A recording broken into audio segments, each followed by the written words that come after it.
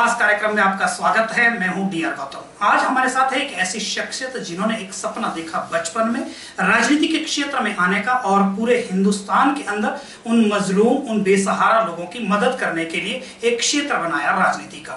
यहाँ तक कि इनका पैतृक रिश्ता भी राजनीति के साथ रहा, इनका पारिवारिक रिश्ता राजनीति के साथ रहा, किंतु अनेक उलझनों के साथ, अनेक उतार चढ़ाव के बाद, पूरा कांग्रेसी परिदृश्य होने के बावजूद इन्होंने कुछ ही समय पूर्व बीजेपी ज्वाइन की और मात्र एक माह के अंतराल में बीजेपी के शीर्ष नेतृत्व में अपनी जगह बनाई। जी हां, हम बात कर रहे हैं कुल्लू जिला की तेज तर्रार नेत्री रेणुका डोगरा की। रेणुका जी, आपका इस कार्यक्रम में स्वागत है। सबसे पहले मैं एक ही बात आपसे जानना चाहूंगा कि आपकी पारिवारिक पृष्ठभूमि, पूरा जो परिवार रहा कांग्रेस पार्टी से जुड़ा रहा, आपके पिताजी से लेकर के इंदिरा गांधी जी आपके घरों तक आई, खुद चल करके आपके परिवार के साथ उनका बड़ा तालमेल रहा और आपने अचानक निर्णय ले लिया कि बीजेपी में आया जाए। आखिर ऐसी क्या स्थिति बनी? जी, आपने सही कहा। सबसे प्रथम तो गौतम जी, मैं आपका धन्यवाद करती हूँ। आप बहुत लंबे समय से हमारे साथ जुड़े हैं, आपने हमेशा प्रोत्साहित किया है। मैं आपकी इंटायर न्यूज़ प्लस की टीम का धन्यवाद भी करती हूँ दिल की गहराइयों से।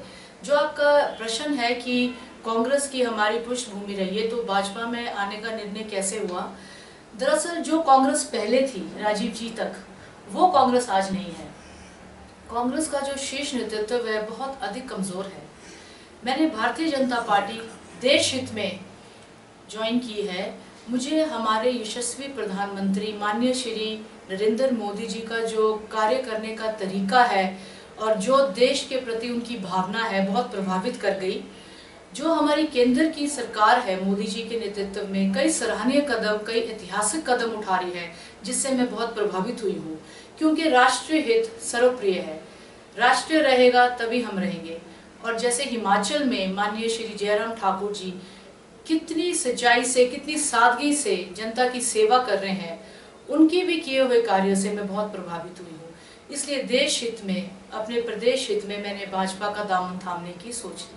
जिस तरह से हमने देखा है कि भाजपा के अंदर एक संघ की लॉबी रहती है, बहुत सारे लोग वहां से निकल करके बड़ा फिल्टर लगा करके लोग आगे निकलते हैं और आपने बिना कोई संघ की शाखा लगाए बीजेपी में आए और एक साल में आपने इस प्रधानमंत्री की जो महत्वाकांक्षी योजना रहती है उनकी कि विकास कार्यों का प्रचार प्रसार ज्यादा से ज्यादा हो और उसके शीर्ष नेतृत्व तक पहुंचे, प्रदेश उपाध्यक्ष बने आप। तो क्या वजह रही, किन लोगों की वजह से आप यहाँ पहुंचे? जी, इसका श्रेय मैं माता भुवनेश्वरी जगतजननी को देती हूँ। उनके आशीर्वाद से, अपनी बेटी भुवनेश्वरी की किस्मत से यहाँ तक पहुँची हूँ। मेरे माता पिता ने समाज सेवा के लिए अनेक कार्य किए जो आज भी याद किए जाते हैं। उन्हीं का लव मेरे शरीर में दौड़ता है और बिना स्वार्थ के आगे बढ़ने की इच्छा शुरू से मेरे दिल में रही है। और ये आपने सही कहा, मैं आज आपसे साझा करती हूँ आपके मन से कि जो मेरी अपनी विचारधारा है वो हमेशा एक राष्ट्रीय स्वयंसेवक संघ की तरह ही रही है। मैं हमेशा देश हित में सोचती आई हूँ और यहाँ पे अपने शायद जो काम है उनको निष्ठा से निभाती रही और मैं यही चीज़ से प्रभावित हूँ। जैसे हमारे शीर्ष नेतृत्व में माननीय हमारी भारत सरकार में यशस्वी भारत के प्रधानमंत्री माननीय श्री नरेंद्र मोदी जी का मानना है कि भले ही आप आ जाए हो, अगर आप में काम करने की निष्ठा है, आप दिल की गहराइयों से अच्छी तरह से पार्टी का कार्य करते हैं तो आपको जगह दी जाएगी। वही सोच जयराम ठाकुर जी की है। मैं इनके प्रति अपना आभार व्यक्त करती हूँ। साथ में जो यहाँ तक पहुँची हूँ इसका आभार मैं विशेष रूप से माननीय प्रधानमंत्री श्री नरेंद्र मोदी जी को देना चाहती हूँ और साथ में हमारे जो राष्ट्रीय अध्यक्ष जेपी नड्डा जी है जो हमारे हिमाचल से हैं, उनके प्रति आभार व्यक्त करना चाहती हूँ। और भारत सरकार में हमारे यशको श्रीपद नायक जी जो आयुष मंत्री भारत सरकार में हैं, व श्री कैलाश चौधरी जी जो कृषि मंत्री हैं, राज्य मंत्री हैं, और जो श्री श्याम जाजू जी हैं जो हमारे राष्ट्रीय उपाध्यक्ष है भारतीय जनता पार्टी के। साथ ही हमारे राष्ट्रीय अध्यक्ष जो विशेष हमारे आर्य जी हैं, विशेष आर्य जी हैं, उनको आभार देती हूँ। और हमारे जो राष्ट्रीय सलाहकार आईटी विभाग के हैं इसी में, वो है हमारे विशाल नेगी जी जो हमारे प्रदेश के महामंत्री भी हैं और वो हमारे संगठन मंत्री भी हैं। साथ में मेरे साथ मेरी बहन यहाँ आई हैं अनुपमा कंबोज जी, ये जिला के महामंत्री, ये भी काफ़ी लंबे समय से इसी में जुड़े हैं और इन सबको अपना आभार प्रकट करती हूँ। साथ ही अपने यशस्वी मुख्यमंत्री श्री जयराम ठाकुर जी जो बिल्कुल एक निम्न स्तर से इतनी ऊंचाई तक पहुंचे, उनसे बहुत प्रभावित हूँ, उनके कार्य प्रणाली से बहुत प्रभावित हूँ और इन सबको मैं श्रेय देती हूँ कि इतने कम समय में इन्होंने मेरे कार्य को पहचाना। जो सम्मान जिसके हम हकदार थे कांग्रेस पार्टी में, वो हमें नहीं मिला। यहाँ पर काम को सम्मान है, महिलाओं का सम्मान है। इसीलिए मैं भारतीय जनता पार्टी के लिए आने के लिए इच्छुक थी, और क्योंकि मुझे पता था यहाँ पे काम की पहचान है, जो कि देखो एक वास्तव में एक वास्तविकता है। जिस तरह से देखा जाता है कि राजनीति एक समाज सेवा का क्षेत्र है, किंतु फिर भी आज स्थितियां विपरीत रहती है। अक्सर आलोचनाओं का शिकार राजनीति से जुड़े हुए लोगों को होता रहता है।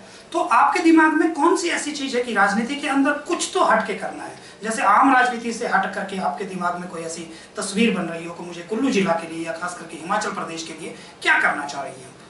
यहाँ पे देखो, एक तो हमारी ये देवभूमि है। आज जहाँ पूरा विश्व कोरोना जैसी महामारी से जूझ रहा है, हम लोग बहुत भाग्यशाली हैं। जय माता भुवनेश्वरी जी हमारी रक्षा कर रहे हैं, हमारे देवी देवता हमारी रक्षा कर रहे हैं। राजनीति से भी ऊपर उठ के जो कार्य मैं यहाँ करना चाहूँगी वो है कुल्लू का सामूहिक विकास। जैसे मोदी जी कहते हैं सबका साथ सबका विकास, जो शायद किसी ने सोचा नहीं है। जैसे ये पर्यटन स्थल में भी बहुत अच्छी तरह से उभारा जाता है। कई जगह हमारी अनछुई है, जैसे लग घाटी है, लग वैली है, बहुत ही खूबसूरत है।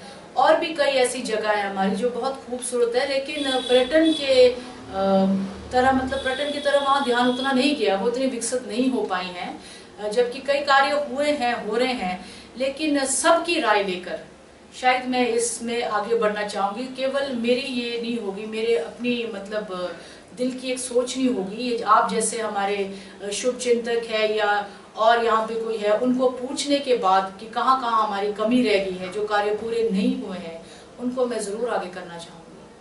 राजनीति के क्षेत्र में युवा बचपन में एक सपना देखता है कि यार मुझे भी मोदी जी जैसे बनना है, या किसी दूसरे नेता को आदर्श मान करके चलते हैं। किंतु बहुत सारी महिलाएं आज राजनीति के क्षेत्र में आती है, थोड़ा सा उबड़ खाबड़ वाला रास्ता होता है तो हट जाते हैं कि यार राजनीति बड़ी बेकार जगह है। किंतु उसके बावजूद भी बहुत सारे लोग समर्पित भाव के साथ राजनीति के अंदर काम कर रहे हैं।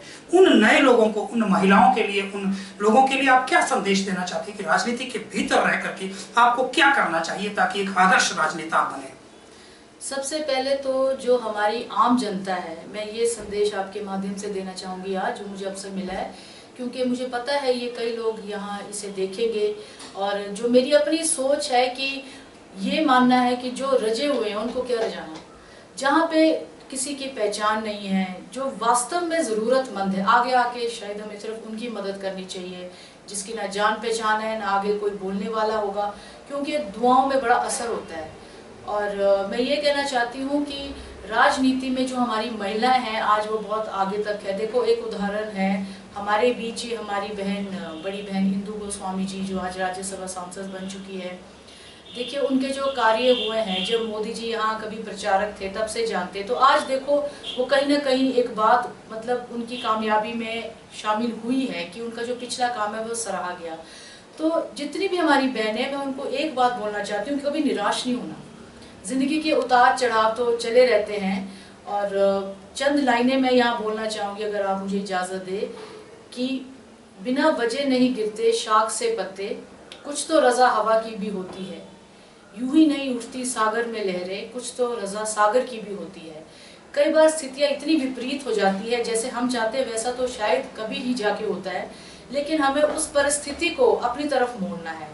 हमें वक्त का इंतज़ार नहीं करना है, हमें एक पहल करनी है, क्योंकि कर्म के बिना गति नहीं होती, और अगर हम अच्छे कर्म करते चले तो निसंदेह जीत सच्चाई की होती है। आज हमारे कार्यक्रम में विशेष रूप से उपस्थित रही कुल्लू जिला ही नहीं बल्कि पूरे हिमाचल की तेज तरार नेत्री रेणुका ढोगरा जी। अगले कार्यक्रम में एक और शख्सियत के साथ आपकी मुलाकात करवाएंगे, तब तक के लिए नमस्कार।